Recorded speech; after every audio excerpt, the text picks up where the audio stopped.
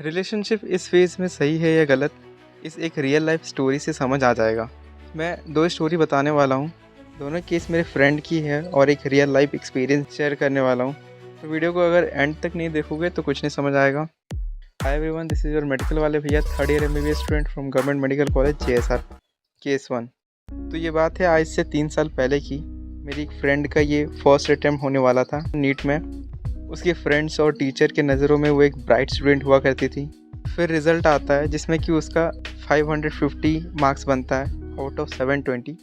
ये बस 20 मार्क्स कम था उस साल की state government college cut off से। 550 मार्क्स लाना फर्स्ट अटैम्प्ट में मैटर करता है। उसमें सच में पोटेंशियल थी कि वो नीट क्रैक कर पाए। फिर आता है उसके लाइफ में एक लड़का ड्रॉप ईयर में। उसका कहना था कि रिलेशनशिप और स्टडी को मैनेज कर लेगी क्योंकि उसका वाला सपोर्टिव था, ये उसका कहना था। रिलेशनशिप में दोनों सीरियस हो गए।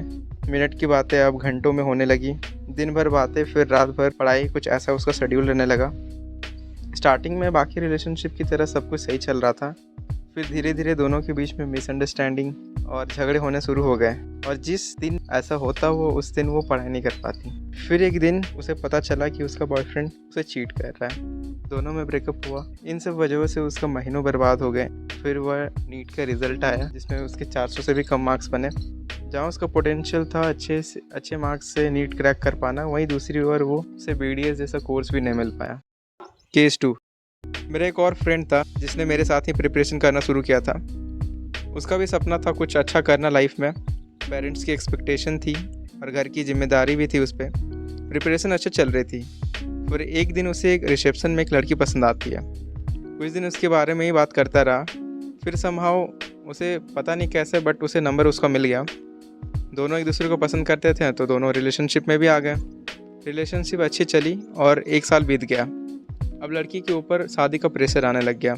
उसके घर में रिश्ते आ रहे थे तो लड़की ने उस लड़के यानी कि मेरे फ्रेंड के बारे में अपने घर में बात की। पर क्योंकि लड़का जॉब नहीं करता था, प्रिपरेशन कर रहा था, तो उसकी फैमिली ने सख्त मना कर दिया। फिर क्या हुआ, लड़की को फैमिली प्रेशर में शादी करना पड़ा और मेरा दोस्त को ना ही सीट मिल पाया और ना ही लड़की।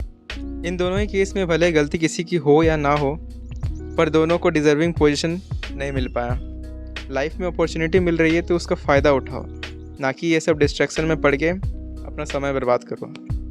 देखो, इस चैनल को बनाने के पीछे मेरा मोटिवेशन यही है कि जब मैं तुम्हारे स्टेज पे था तो दूर दूर तक कोई भैया जैसा नहीं था जो मुझे सही या गलत के बीच में फ़र्क बताए।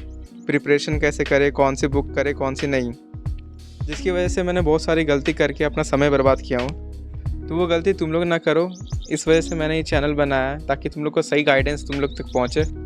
इस चैनल से जुड़े तुम लोग सभी लोग को मैं अपने भाई और बहन जैसा मानता हूँ और इसके अकॉर्डिंग ही मैं सही गाइडेंस दूंगा, क्या सही है क्या गलत।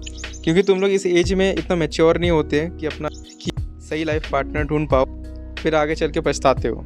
देखो, मैं ये नहीं कहता कि रिलेशनशिप गलत है, लेकिन हर चीज़ का एक वक्त होता है। कॉम्पिटिटिव एग्ज़ाम के दौरान तुम्हारा 100% देना कंपलसरी है। करियर बन जाएगा तो लव लाइफ भी खुद ही लाइन पे आ जाएगी।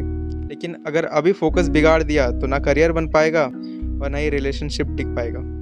तो मेरे भाइयों, याद रखो, एक रिलेशनशिप तुम्हारा मोटिवेशन बन सकता है सिर्फ तब जब तुम ऑलरेडी सेटल्ड हो, लेकिन प्रिपरेशन फेज़ में ये सिर्फ एक डिस्ट्रैक्शन है। तो पढ़ाई पे फोकस करो और करियर बना।